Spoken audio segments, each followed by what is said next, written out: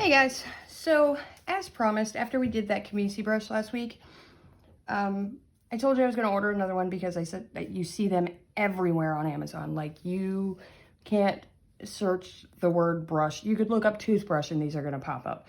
They're absolutely everywhere. And the brush that I got was absolute trash. Like, it was awful.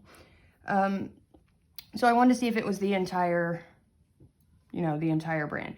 Because what a lot of companies do is they all buy the brushes from a distributor and then they put their own brand on them. So they can sometimes pull brushes from one distributor and another, and it's not all going to be the same quality, as we saw with like the Model 1's brushes. And so I wanted to see if they were all like that. So I ordered this one. Very pretty, doesn't matter. It's a size 10, which it's not off. It doesn't look awful.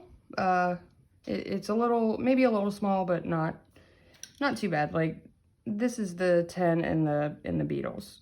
So, but again, this is the 10 in the Cads.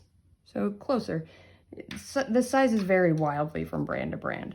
So, I took a look at it, used it a little bit. Now, this one is a blend. You can tell that it's a blend. You can see how shiny they are and how uniform some of the hairs are. And then when you get it wet, so as with any sable, lighter at the bottom, darker at the tip. And when you get it wet, it kind of stays that way. It stays lighter at the barrel, darker at the tip, right? So this one kind of got dark most of the way. A little bit lighter. Like, it is still darker at the tip, but you can see those dark patches. So it is a blend. It's just a matter of how much. I do like the shape of it. Unfortunately, like, I do like the shape a lot. This is just barest of cleaning, and I didn't train it at all, and it just kind of took a really great shape. So we'll see. Again, another acrylic handle, so you want to treat that before, if you do get this brush, you want to treat it. So let's check it out. Wow. So it picks up massive beads, like right off the bat, which, that's interesting.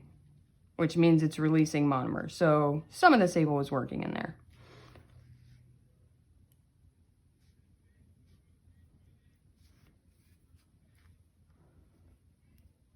Not a ton of monomer, but it is releasing monomer. Ooh, I guess I should have glued that down, huh? Wait, I did glue that down. Oof. So, not releasing a super lot, but it is releasing. So, yeah, some sable. And then we'll check at the end and see how clean it is. But I'm guessing it's going to do great up by the cuticle just because of the shape that it has and the shape that it seems to be keeping. Ooh. It's getting away from me.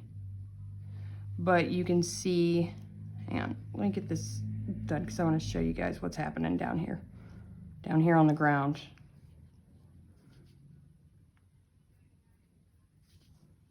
So now you can really see the nylon coming out now that it's getting broken in a little bit.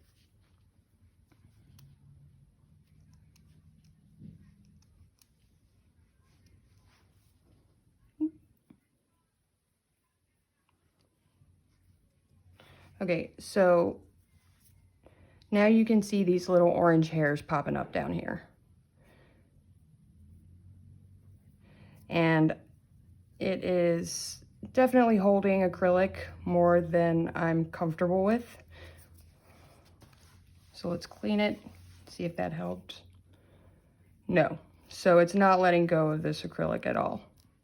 And when it's not holding its shape. So again, more than half nylon, which is sad. Like, it did have a great shape to it, but you know what? That's on them. It's not sad. Do your job. You sell brushes. Sell good brushes. This one, now, the last Kemeisi one I got did not say sable. It said Kolinsky, but it didn't say sable, so that was on me. This one did say sable. I don't know what they have, how much sable it has to be for them to be able to say that, but clearly it's not much. And now I'm starting to get irritated with it. So yeah, I've had about enough of this. I'm about to Karen somebody real bad. So here's the issue with this one up near the cuticle. Because it's not letting go, it's pushing, when you go to push it up near the cuticle, it's pushing the acrylic onto the top side of the brush. So it's kind of overlapping over the tip, which is an issue. Because you need to be able to walk it up super precisely up to that cuticle.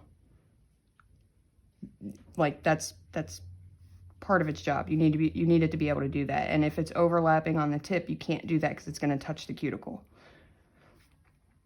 Let me show you that again so I can show you what I mean. So you can see what it's doing when I try to push it up.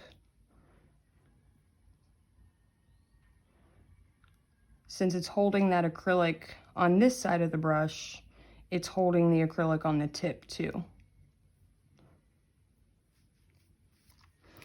So let's see. And it's not holding that shape. You can see how it kind of fattened up here where it's holding the monomer in between the bristles. So it's kind of fattened up here, and you can't clean properly here because it's fat too close to the tip. You need it to be like, yeah. You can see what I'm talking about, how it sticks to my finger when I pull it away. So that whole part right here is acrylic. So, yep, I'm not even gonna do it anymore. I'm done. That's it. I've had it. Anyway, I'm not wasting more of my acrylic on that garbage. So that's a fail on Kemeisi's part. I gave him 2 chances, so I don't even want to hear it. Somebody's getting yelled at for this. Anyway, yeah, that's trash. Like you can see here where it just took big chunks of acrylic into the brush. And I was doing my normal, you know, wiping, whatever, and it's taking it all inside. And you can see it's on the tip too. And that's just not acceptable. For the same price of this brush, you can get this brush. And we know how well this one does. So that's just a waste of money. I would throw it away, but nope, I'm gonna make Amazon take it back. So anyway, next up, we're gonna be doing the polygel. I'm gonna give it a shot. We'll see how it works out. If you guys have any questions or comments, comment down below. I'm not including the link to that stinking brush. And as always, thanks for watching.